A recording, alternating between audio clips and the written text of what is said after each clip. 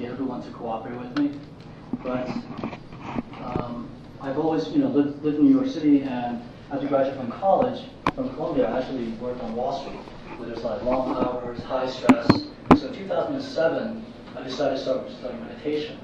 But in 2008, as many of you probably also know, due to the financial crisis, for years following, I was out of a job, unemployed, doing jobs, consulting across the country, freeloading off my parents and my sister in Japan.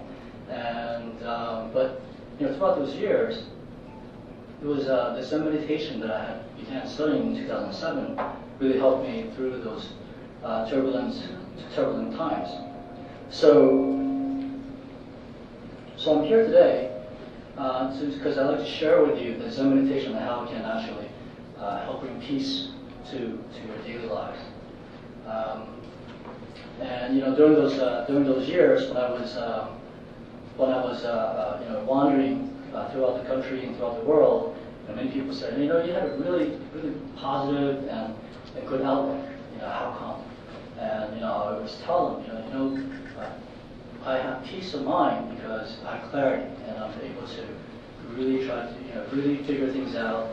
And before 2007, I actually couldn't really clear my mind and be able to think about how life should be. So that's why I'm here today, because I wanted to introduce you to a very learned Zen teacher, Professor Jimmy Yu. Dr. Jimmy Yu received his PhD from Princeton University and is currently teaching at Florida State University.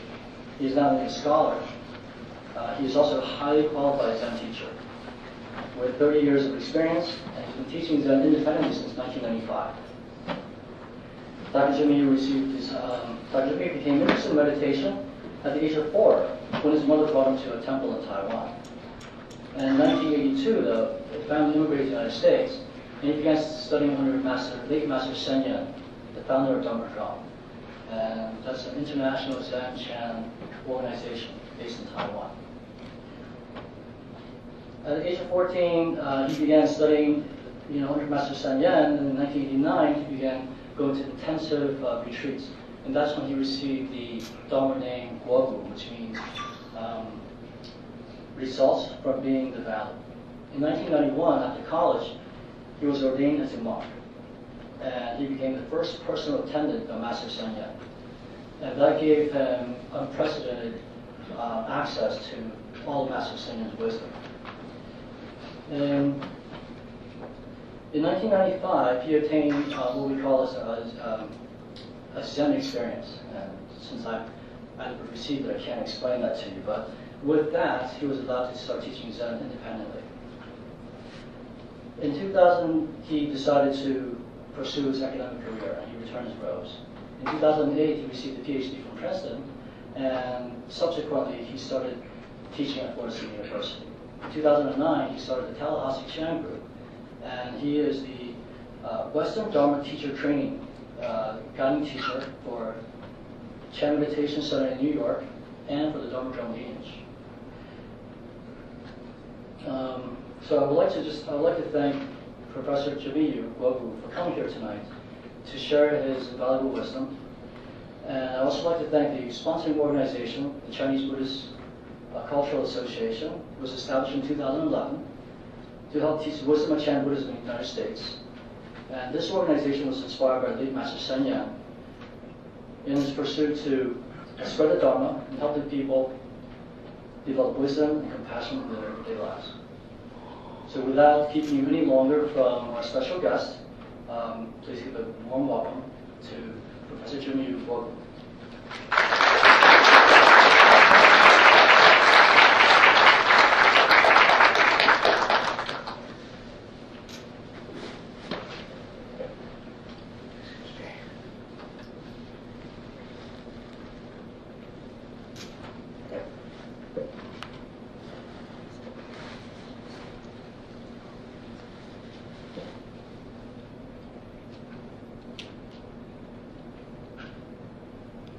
How's everyone doing tonight? People hear my voice okay? I tend to be soft spoken. Is my voice okay? Yeah. Can't really hear you well. Can maybe the volume can be up a little bit. So today, I'm here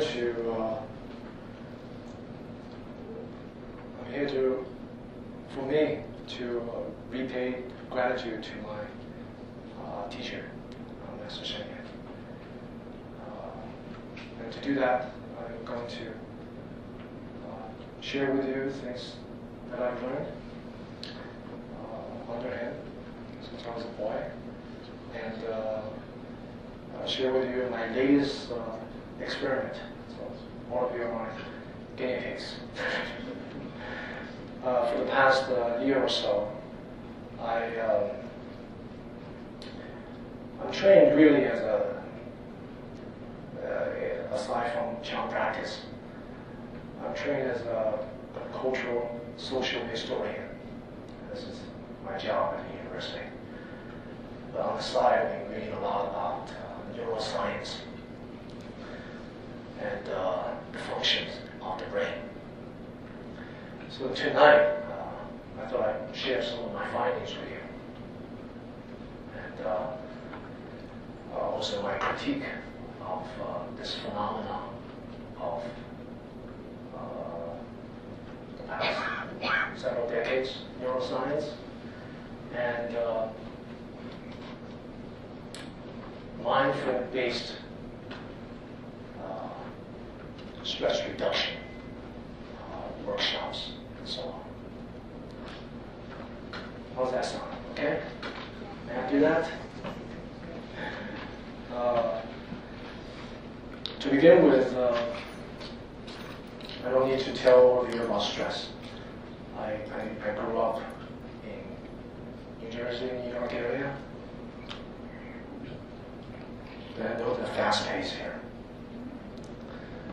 But I'd like to talk a little about stress, the mechanisms of stress. Experiential, psychological, and biological. And then we'll talk about that.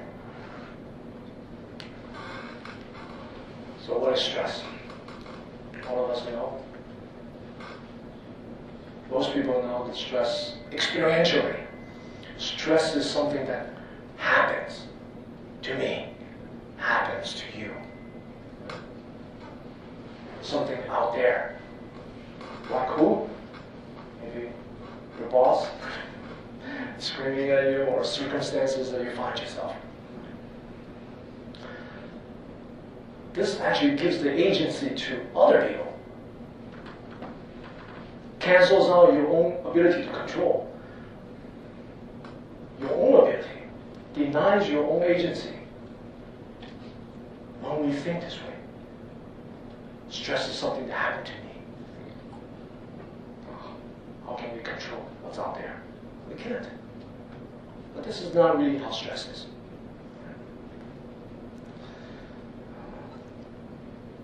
Cognitive definition of stress.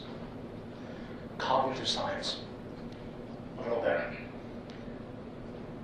Stress is very dynamic, interpersonal, involves many different people, and is based on appraisal and coping. This means that stress is only stress when we appraise it as such, when we perceive it as such. And it only occurs when we believe we don't have the resources to manage it. Otherwise, if you have the resources, you wouldn't have stress. For example, you see a cute baby, waiting in the airport, see a cute baby, very nearing, you know you're flying long distance, and when you start to board, looking for your seat, and you realize that that baby, the parents, is getting mighty close to where you're going to be sitting. You're going to have a little bit of stress, and the baby's crying, no longer so cute. Or someone, if you were to see a rattlesnake here, right? Someone who catches snake for a living, or trains snakes. See, oh great, I've been looking for a rattlesnake in New York for some time now. No problem. But to a person, a regular person, see a snake, they're gonna very reactionary. Why is that? If your ability to cope, your ability to manage, cobras, you have that, then no stress. So that means stress is not out there. So at this level, the cognitive level, cognitive appraisal therapy, right? I train people to. Now there's something we can do about it, right? Perception. Then there's the biological. Recently read a book called, very good book. It's called someone in New York City, NYU. This cognitive scientist. He works on one of the most important part of the brain. Sometimes people call it the emotional center. One part of the limbic system. He works on amygdala. How many of you know what amygdala is? Oh, we have a few. Wonderful. You can correct me. see if I get it. Amygdala, based in the limbic system. I don't know what this area. Included in that area, thalamus, hippocampus, hypothalamus, and the red part that you see, that is amygdala. Its job is to send out messages, neurological messages to hypothalamus. Hypothalamus is in charge of sending out the stress hormones, right, to the pituitary gland, and it flushes out through our spine directly. The fibers going down our spine directly enter into different parts of the body. And it works so fast. So it's the alarm center from moment to moment to moment to moment. It's able to check out what is happening, what is stress, threat, right, danger. Now this has helped us through our human evolution. When there were predators, you may not agree with me, you may think, well, there are predators still in my office, right, and my work. But back then, when there are animals around, it has helped us to survive, and it's able to learn. It's part of its job is storing memories, working in connection with long-term memory, and that is the hippocampus next to it. Right? The hippocampus, in conjunction working with the amygdala, it is the ability to step on brakes, to tell the amygdala not to signal the hypothalamus, to send out stress hormone, get ready to fight or flight. What does that mean? As soon as you see that rattlesnake in the room, we're ready to respond. How? Our pupils dilate, lungs expand, all the muscles groups are starting to, our limbs start getting to work. Right? Breathing, heart, palpitations start to rise. Why? You're getting ready either to run or fight. Before that, of course, there's a freezing kind of response. But this works so much, so fast. This works at the level of the unconscious. Now this is not the unconscious, Freudian notion of unconscious, in which something was conscious, something bad, and then you suppress it, and now it becomes unconscious. No, it's hardwired. Hardwired beneath our everyday conscious level. Now it works moment to moment to moment to moment. Even in your sleep. In other words, you can cut off temporarily your sense faculty, and in your dream, your mind can still project you in a particular situation. And you can actually sweat. You can have all kinds of symptoms exactly the same as you're awake. The mind is wonderful, wonderful ability. And one of its most powerful ability is to simulate scenarios. Now, most people think that you're looking at me, I'm over here, you're over there, we're different, we're separate. From Zen's perspective, no. From science perspective, these days, they're also saying no. Now, check out how the amygdala is working. I'll give you an example of seeing something. What we perceive, most of us think that things are really out there. The scientists are telling us that over 30% is not out there. It's actually simulations of your brain. Who's doing that? Your brain just does that. It's wired to do that. The retina, perception, goes through the perception processors, goes into the thalamus, all the sensory, eye, nose, tongue, body, goes to the thalamus. Thalamus goes directly to amygdala, and goes to prefrontal cortex. I'll get to that later. And goes to hippocampus. Hippocampus, memory, has a long list of stuff. But the amygdala also has its own list of memory, short list of memory. As soon as you see something curling, snaking around, immediately you will have response beneath your conscious level. Usually people say that, I saw something, I'm fearful, therefore I respond in a physiological way. Actually not.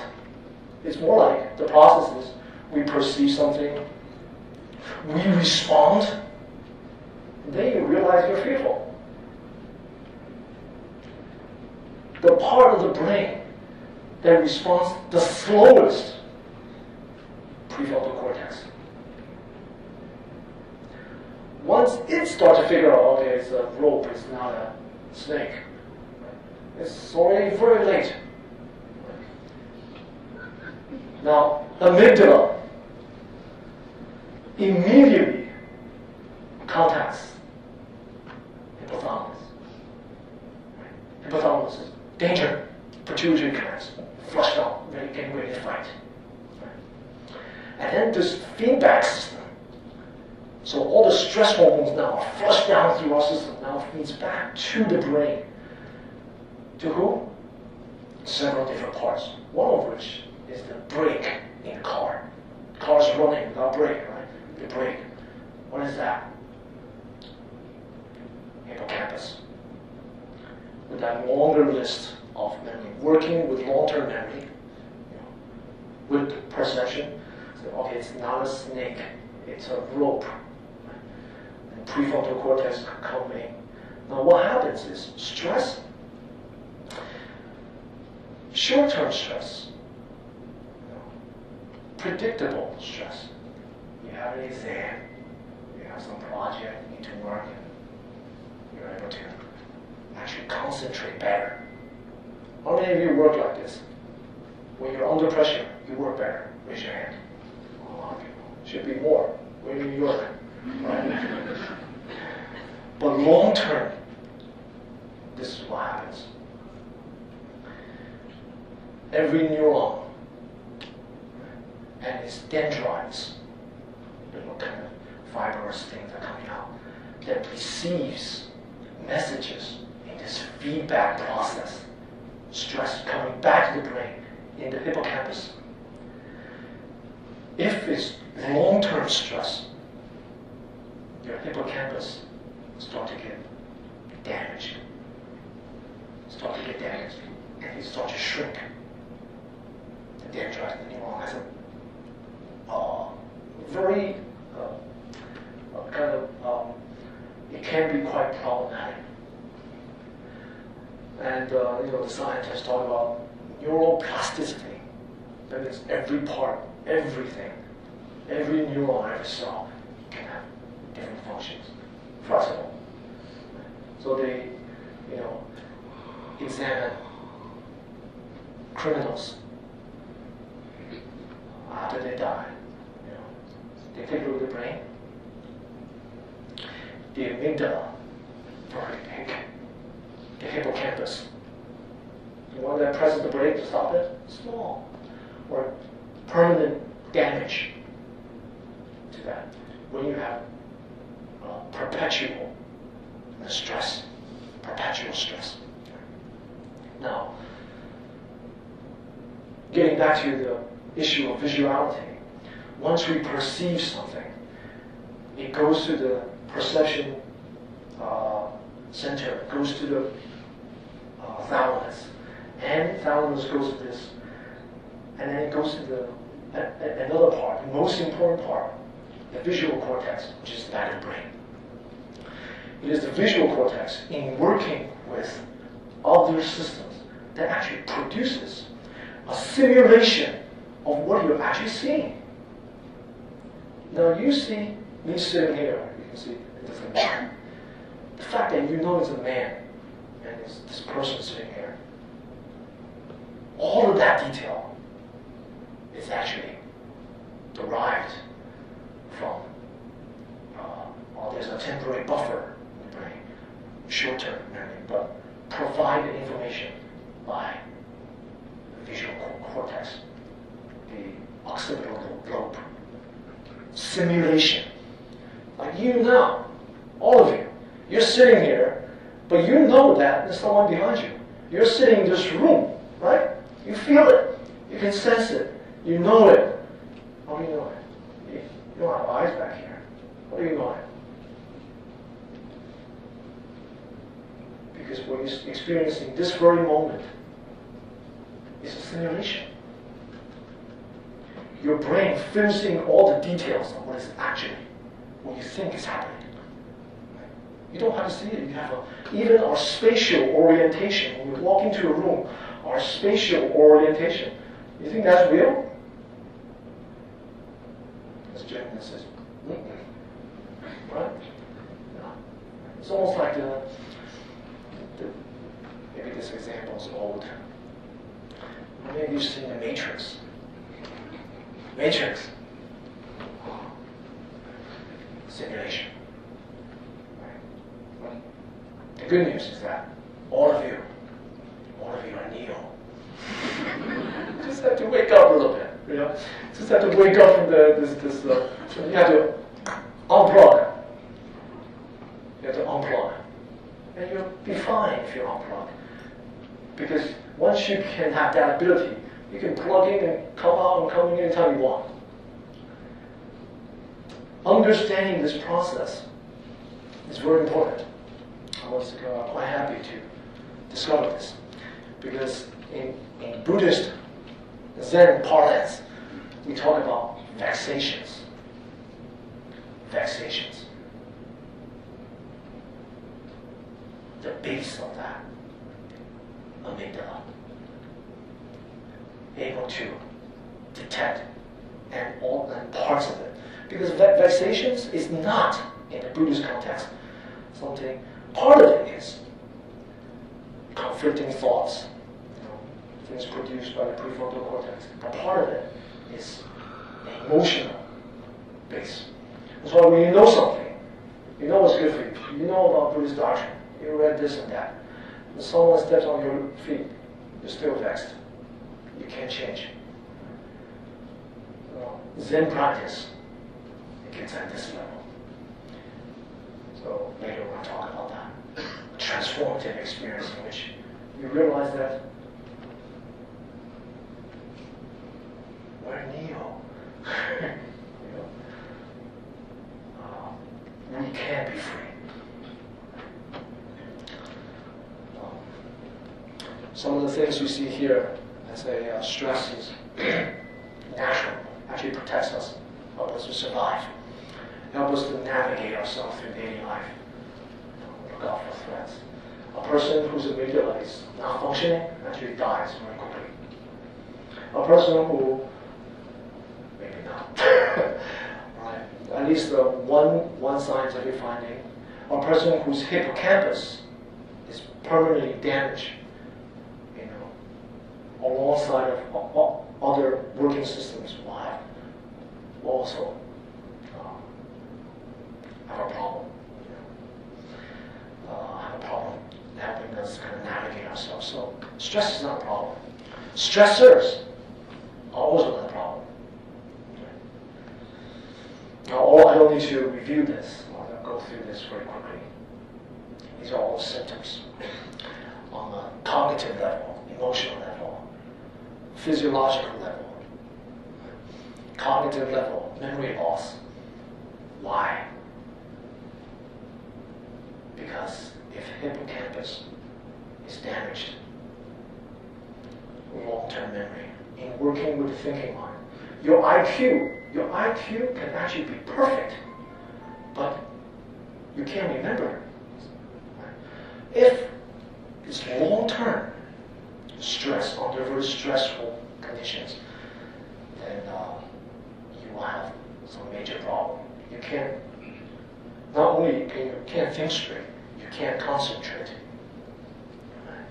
You read a book, and you put the book down, ask yourself, what did I just read? Oh, you can't concentrate. Not only cognitive problems, but emotional problems. Very irritable. Because of amygdala, there's no break. It's keep on sending, flushing down stress hormones. It's a ACTH. It's a kind of a stress hormone. Flushing down through your body. Very little time. So you're always under hyper situation. Always under hyper situation. So what happens when a predator chases you? When a predator chases you, you thinking about sex? You thinking about food? No. What about your immune system? No. You know, immune system, it wants to, if you get damaged, if you get bite, it wants to keep the inflammation down. Right? So what happens there if you have long-term stress? Allergies, all kinds of immune systems start to break down. You can't sleep physiologically. All kinds of problems, behavioral, eating problems, digestive system will start to have problems. Procrastination and current scientific neurological findings start to try to link with depression.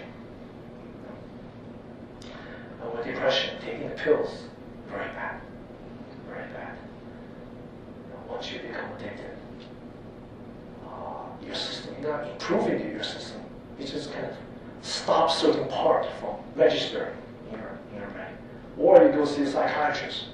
I know New York is a lot. Very easy to get a degree in therapy. I have a friend who got a degree in 2 years. How many of you are psychotherapists or psychologists, therapists? Okay, a few? Okay, only 3. I'm going to say it. Psychotherapist. Well, once you go in treatment, I have a student recently. I teach at Florida State, grad student. Very stressful. We give a lot of stress to them studying. They got to read this, they got to learn Chinese, they got to learn Japanese, they have to learn to critique and all that. Very stressed. He can't concentrate. He's about to go to see a therapist. I said, don't. Once you go in, you never graduate. His therapist doesn't want to graduate. Who pays their bills if you graduate? Imagine went to the people going inside, and oh, you know, after 3 years, you're fine. You don't need to see me anymore. The longer you get, the better it is. Sorry. Those are three of you who are. Do you ever hear of people graduating? Like, actually, yeah, I have met people. But generally speaking, you know, every week you go in, you talk, and let's keep on doing this for 10 years. I know people going there for 20, 30 years. Right? Once you go in there, you get the agency to others. Right? Stressors are out there. So I'm very happy to see all of you today. All of you are taking a step to find out how to make your life better. And not only that, to free yourself fully.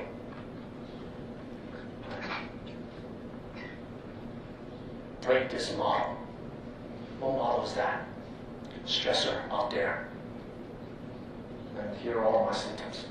Behavioral, cognitive, emotional, physiological. This is the Zen fear. In between what's out there, actually it's really not out there. Your mind's a projection. They're making it out there. And what's in here, all the physiological things.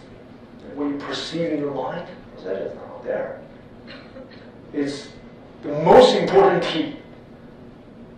And that is self-attachment, self-reference. Now you may think, but what is the self?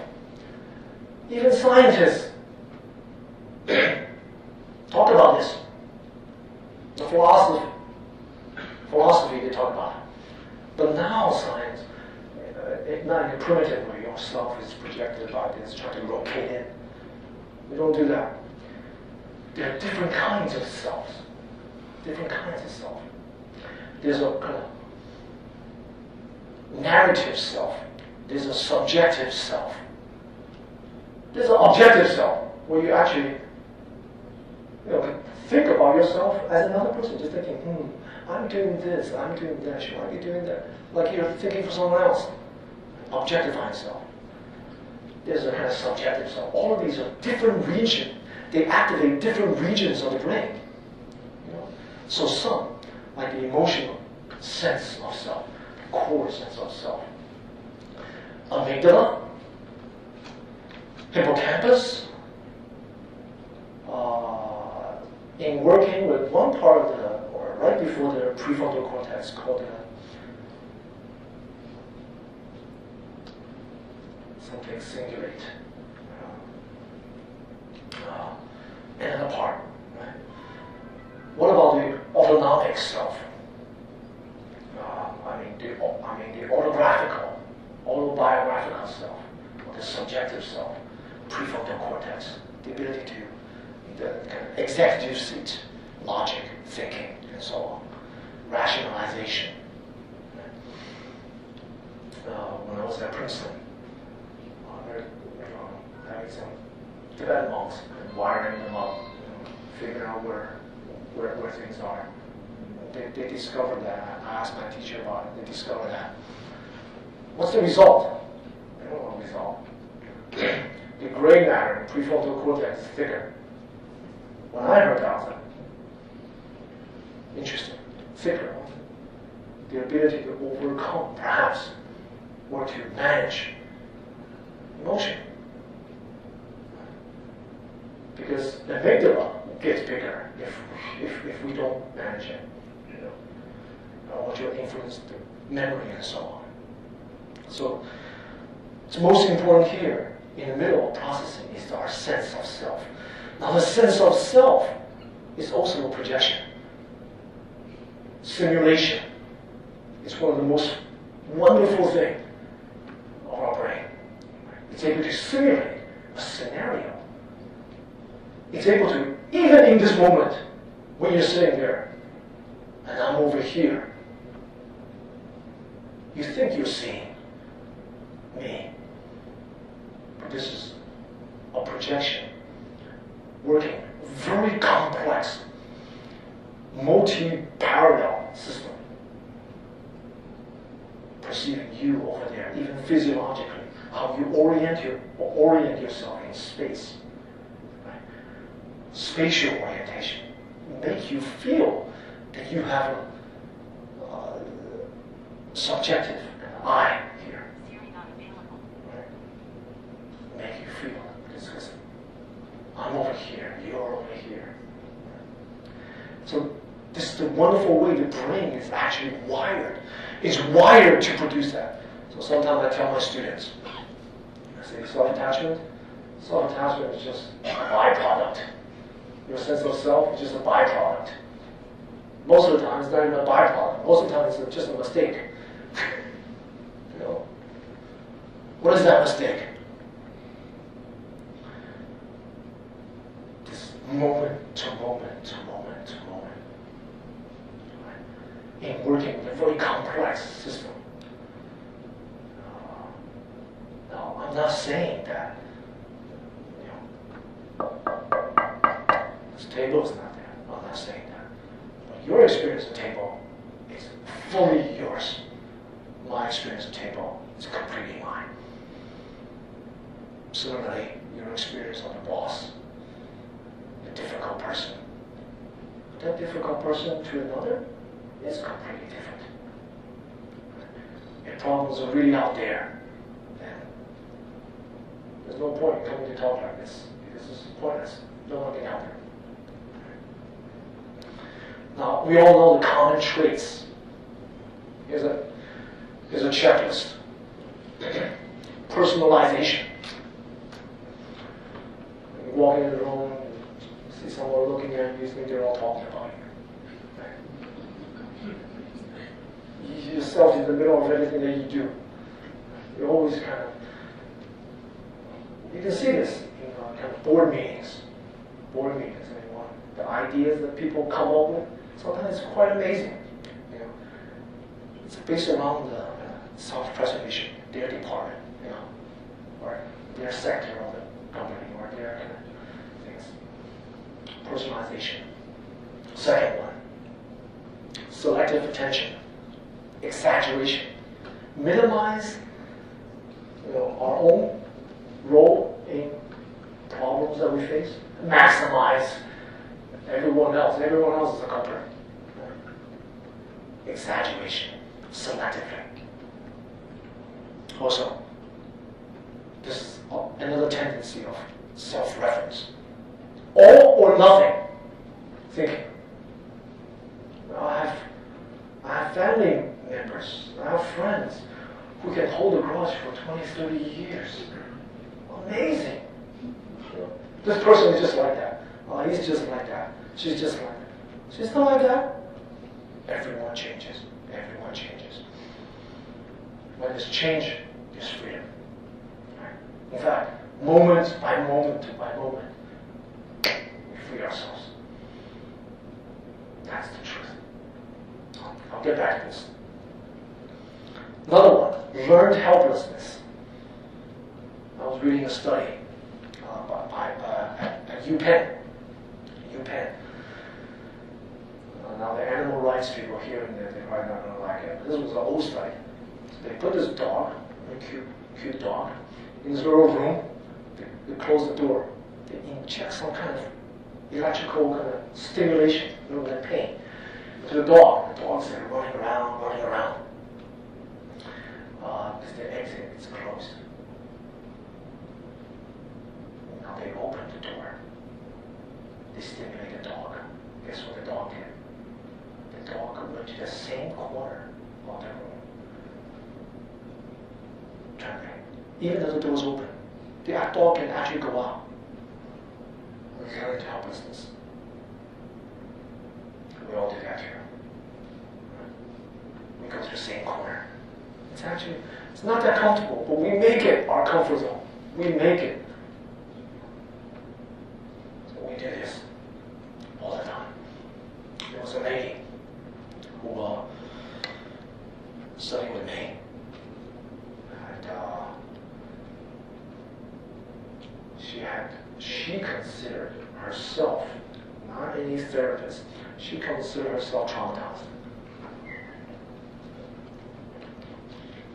I say, why? She says, no. Beautiful lady, in her 40s, 50s. I just wanted to learn meditation. I said, why? What's troubling you? She says, very low self-esteem, even though she's super capable. She's not the result of an interracial marriage. My father's side never accepted me. You know, me, the grandfather. But you know, like mixed kids or mixed people, they're really beautiful. The best of both worlds. The brains are kind of, you know, very capable, very beautiful, but her self-esteem very low. She studied with me for a couple of years. Finally, we went to a retreat, leading retreat, intensive retreat. I was talking about gratitude. I was talking about humility. As an ingredient, one of the most important ingredients of practice. She suddenly, welling in tears coming out during the Dharma talk, private interviews. She told me what had happened. So much burden that she'd been carrying for 40 years suddenly went away. All of a sudden, memories, flood of memories of her grandfather, father's side, of him taking care of her, taking her to the park, that she never knew she had. All the love that she received, she never knew she had. She didn't even know she had those memories running over her. Very touched, very moved. And there I was talking about humility, no self. Suddenly had that insight. No need for a therapist. So she understands how limited memory, selective memory, the narrative self. I assume we have different types of self, emotional, the narrative, autobiographical, the construct that we create and we live by, the learned helplessness. She used to always let people step over her at her work. Promotion comes out, I don't deserve it. Joe should have it or something. Free ourselves. You can do this. She can do it 40 years after one retreat. She didn't even finish the retreat. This is mid-retreat she had this anxiety. Whatever you can do. Last one is wonderful. Mind reading. We do this game all the time. Mind reading. You know, we see someone look at us a long way. Talking about me? Are you talking about me? You know? I used to do this all the time when we were young.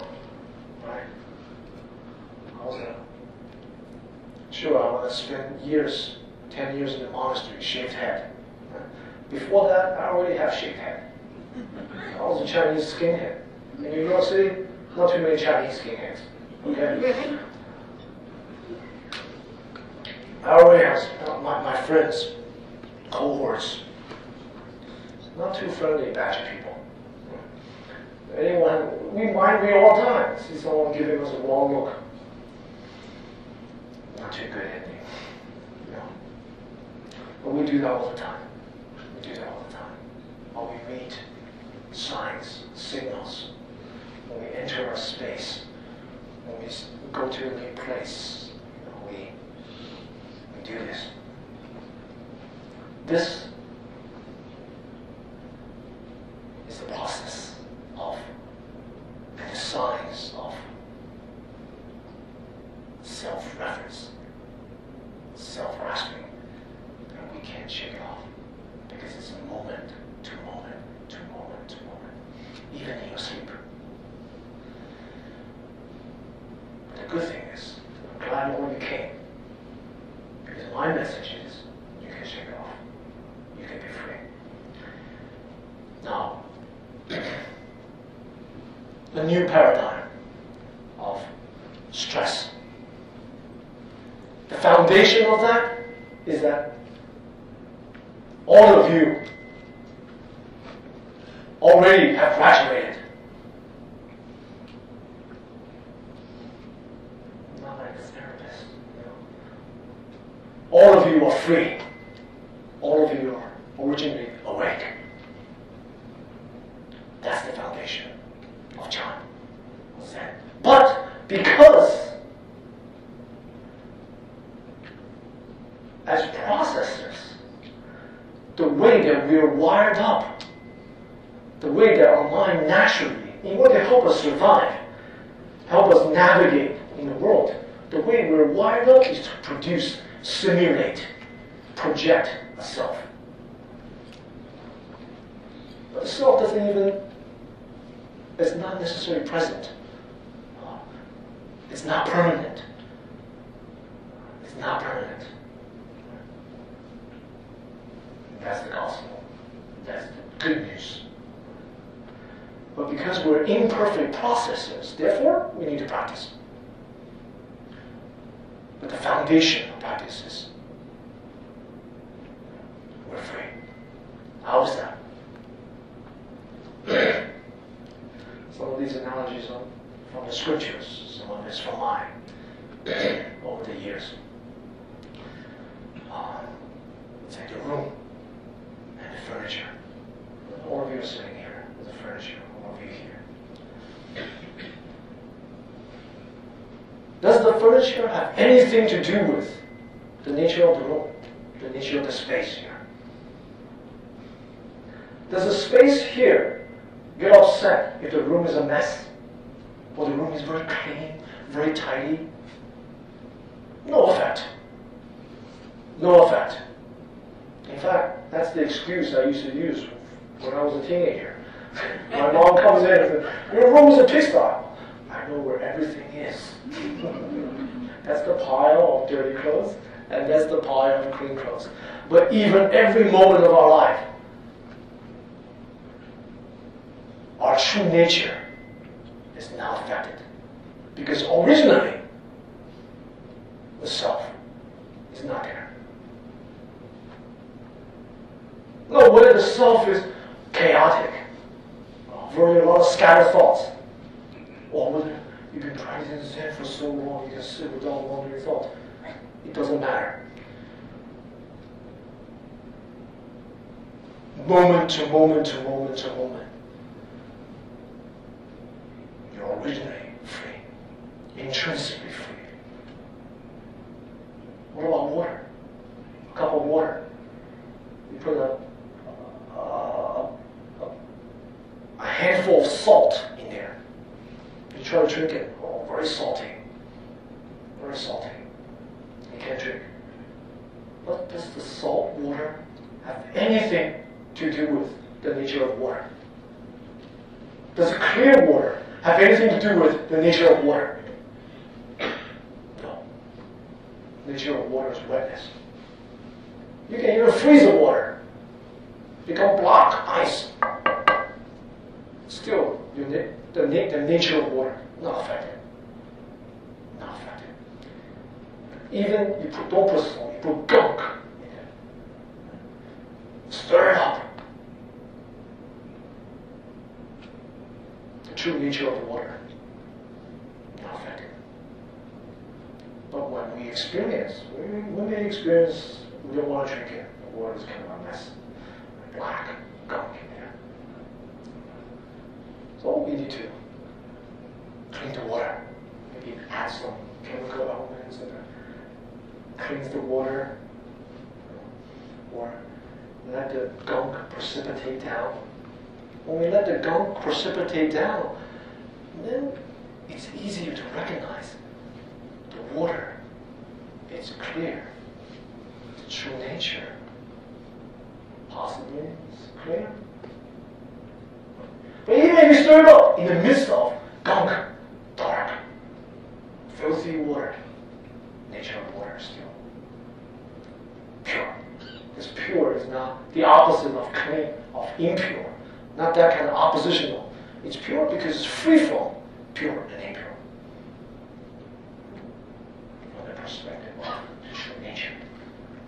Who we really are. Now, other images. Mirror. And the image. The mirror has no images. Imagine a mirror has a fixed image. Very hard to see. Not a good mirror.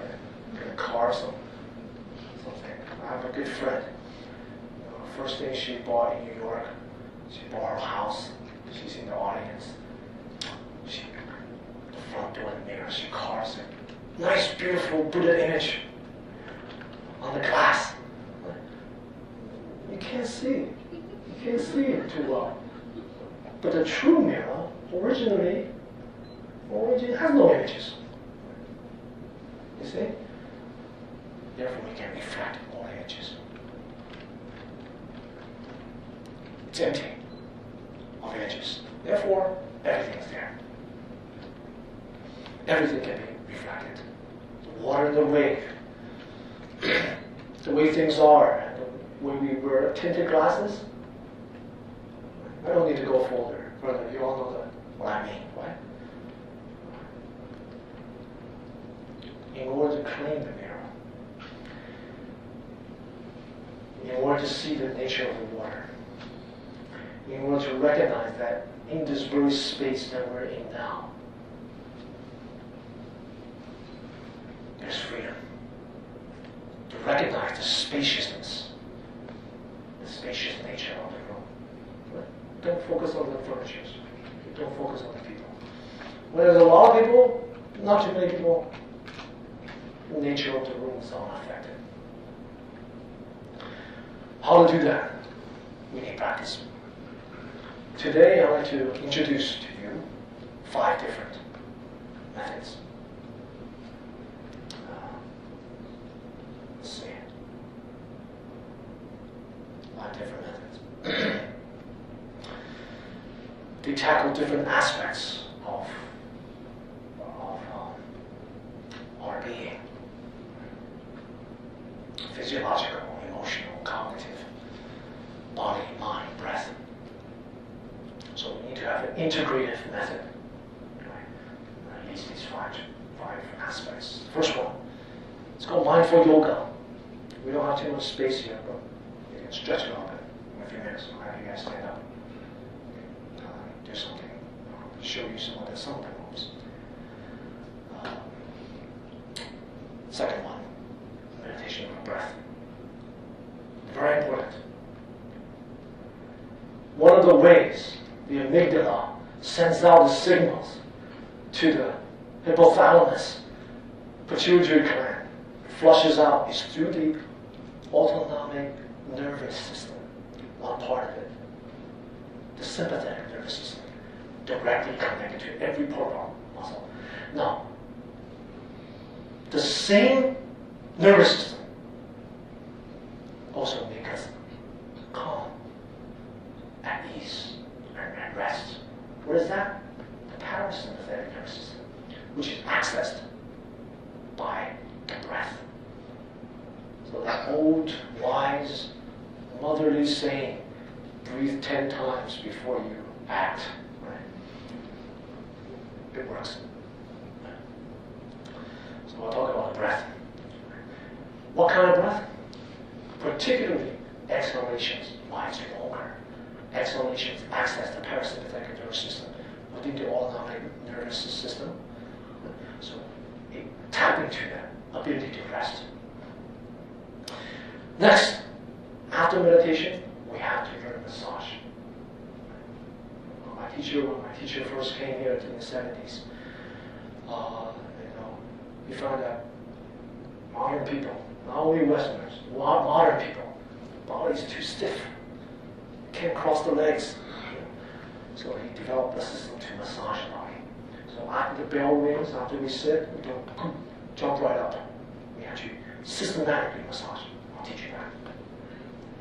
especially ourselves, make our own hands warm and massage. Very good. It blocks out all the blockages and the subtle qi, the subtle energy on the surface of the body that becomes stagnant. Not painful, just stagnant. That's why when you sit, some people sit, after you sit, you don't massage, you can't sleep at night. Why? Because it's stagnant. Qi. So, massage. And then, one of the most important things, cultivation of virtue. What kind of virtues? Joy, gratitude, kindness, love. I'll talk about that in a few minutes. And then something I developed in the 90s. Although I think someone stole this idea. Because the other day I was Googling the 1 minute Zen. Some guy is teaching that. Anyway, I developed this at the Chan Center while I was residing in Queens. I think it's our computer IT person. I'm very embarrassed to say her name. She hates sitting. She's in charge of all the computers at the Chan Center. She can't sit. She just doesn't want to sit. So I told her, 1 minute, 5 times a day, 5 situations, maybe first bite of lunch, or 10 o'clock, on the same subway, whatever.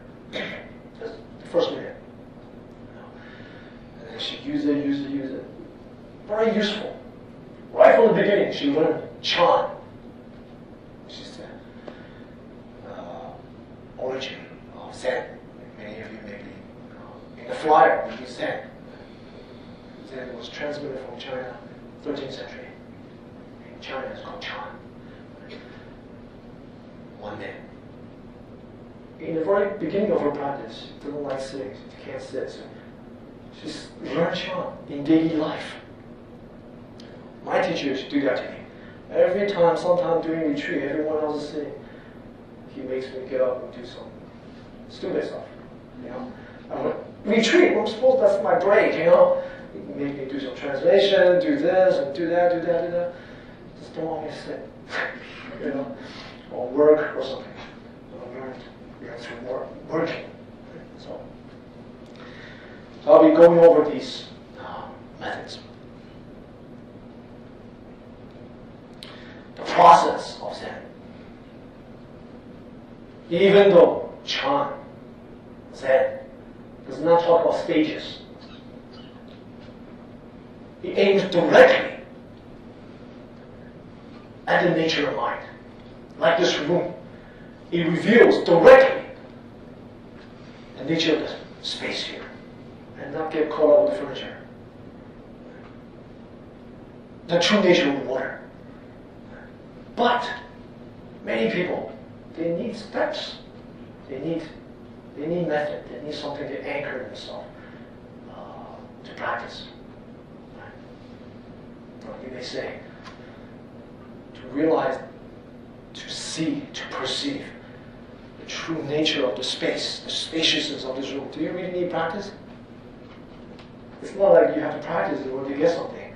Go from point A to point B after some pretty serious chair sitting and looking around, then you start to realize the nature of the room is openness. You don't need that. And so practice is not to produce awakening from the Chan Zen perspective. It's not to get from point A to point B. Practice is like the water, to make the gunk in the water precipitate a little bit. So you can see the nature of who you truly are. It's originally there.